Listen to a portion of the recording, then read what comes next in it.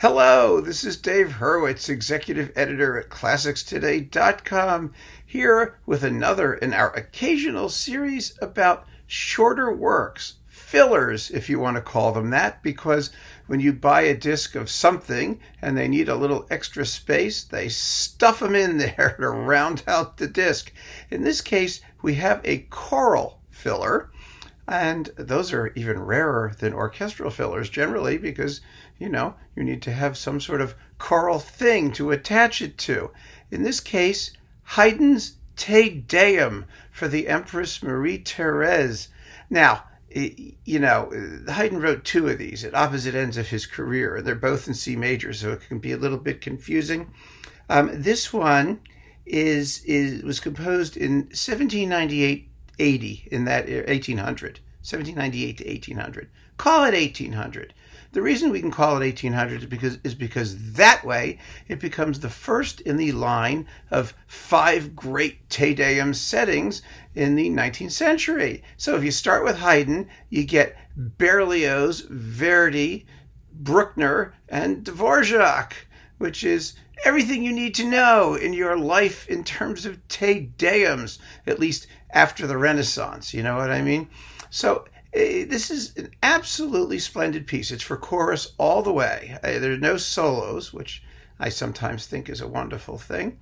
And it's usually attached to one of Haydn's masses. I mean, that's basically the way you find it, although, someone may have stuffed it in somewhere else as well. It's only about 8.5 minutes long.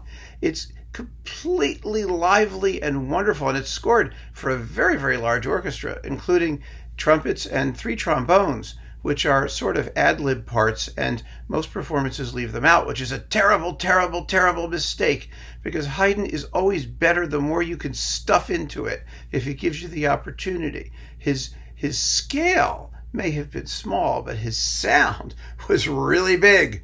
And so to make a grand statement, and remember, it was for an empress. I mean, she wasn't a small-scale lady, right? I mean, you gotta go for it in these pieces. So let's talk a little bit about the piece because it's really very interesting. It begins with a tune which is so catchy. It's Te Deum laudamus, Te Dominum confiteor.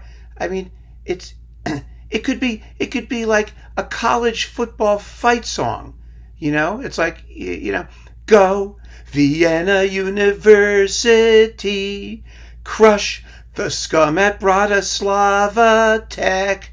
It's sort of like an Austro-Hungarian cheer number. You know what I mean? It's really spectacular that way. It's Haydn's vocal music.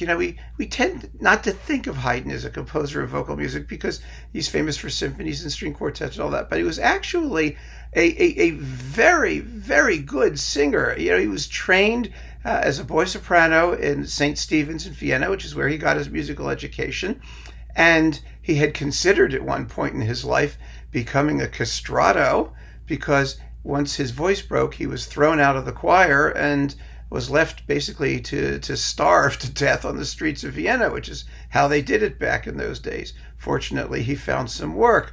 But, his parents actually got wind of what was going on, and his father rushed to Vienna to make sure that his son was still intact, as it were. And he was, but he had a very pleasant baritone voice as well. And he spent most of his life, like most composers of the time, composing vocal music. He wrote operas, he wrote sacred music, he wrote songs, he wrote all kinds of things for people. And, in his work for Prince Esterhazy, he was an opera producer for a good bit of his career.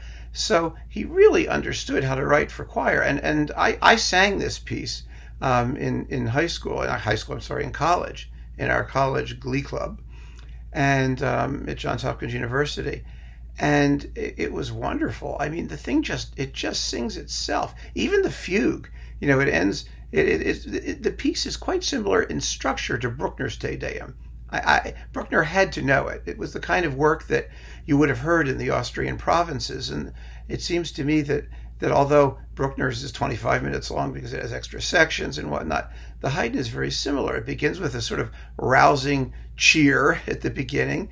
Then at the words te ergo quesumus, there's a minor key, solemn interlude. Now Bruckner has like a loud middle section and then repeats the solemn, interlude to different words. Haydn only has to do it once. And then it ends with a fugue. And the fugue is fantastic. Even the fugue, it's in te domine spera, da da da da da da da da da da da da. It's a double fugue actually, because underneath that it's going non confundar in aeternum. It's just great. And of course, the wonderful thing about it is that it does actually contain a little bit of Haydn humor at the end, where everyone's going, let me not be confounded in eternity. The rhythm turns syncopated. And so the choir isn't quite together and it's trying very hard. And then it finally manages it at the end to get together for the final cry of non confundar in aeternum. It's just a great, great piece. And it deserves to be far more popular. Of course, it's short, and because it's only 8 minutes long, you don't hear it programmed very often in concert. And like I said, it's an attachment. Usually it's attached to something like the Lord Nelson Mass, as it is on this recording, which is the one to get. This is Trevor Pinnock with the English Concert Choir and the English Concert.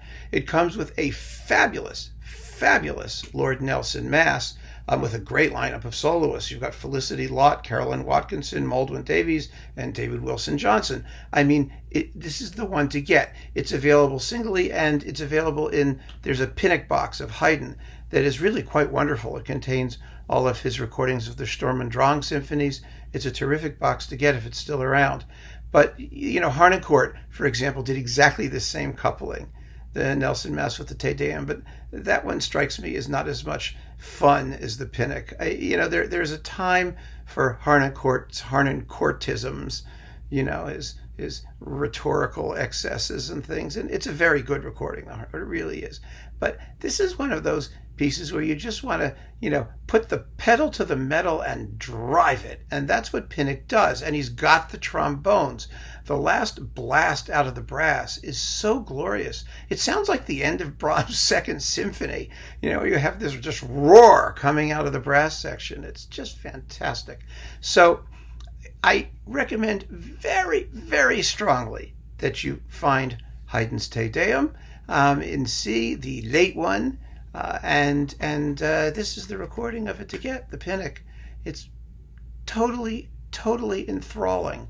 And of course, the Lord Nelson Mass is no slouch of a piece either. So keep on listening, folks. I hope you enjoy Haydn's Te Deum. Thank you so much, and be well.